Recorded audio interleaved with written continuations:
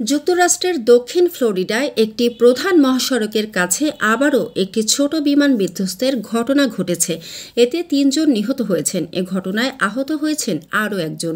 স্থানীয় সময় শুক্রবার ১১ এপ্রিল সকালে দক্ষিণ ফ্লোরিডায় একটি প্রধান আন্তঃরাজ্য মহাসড়কের কাছে এ ঘটনা ঘটে। ফেডারেল এভিয়েশন অ্যাডমিনিস্ট্রেশন জানায়, দুর্ঘটনার শিকার সেসনা 310 বিমানটিতে ৩ জন আরোহী ছিলেন। বোকা র্যাটন বিমানবন্দর থেকে তালাহাসির উদ্দেশ্যে রওনা হওয়ার পর সকাল 10:20 এটি বিধ্বস্ত হয়।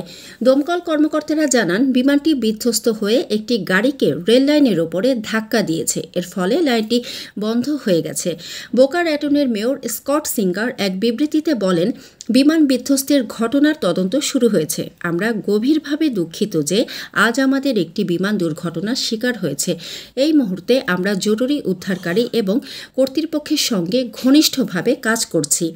বোকা র্যাটন ফায়ার রেস্কিউর সহকারী প্রধান মাইকেল লাসাল এক সংবাদ সম্মেলনে বলেন, বিমান দুর্ঘটনায় ৩ জন নিহত হয়েছেন। বিমানটি মাটিতে পড়ার পর আগুনের কুণ্ডলীর তৈরি হয়। এতে দুর্ঘটনাস্থলের পাশের গাড়িতে থাকা একজন আহত হয়েছেন। মানসম্মত হাঁস ও মোরগের চাহিদা পূরণ করতে আল আমিন হালাল লাইফ পোল্ট্রি রয়েছে আপনারই পাশে। আমরা হাঁস, মোরগ, কবুতর, কোয়েল, টার্কি ও খরগোশ পাইকারি মূল্যে বিক্রয় করি।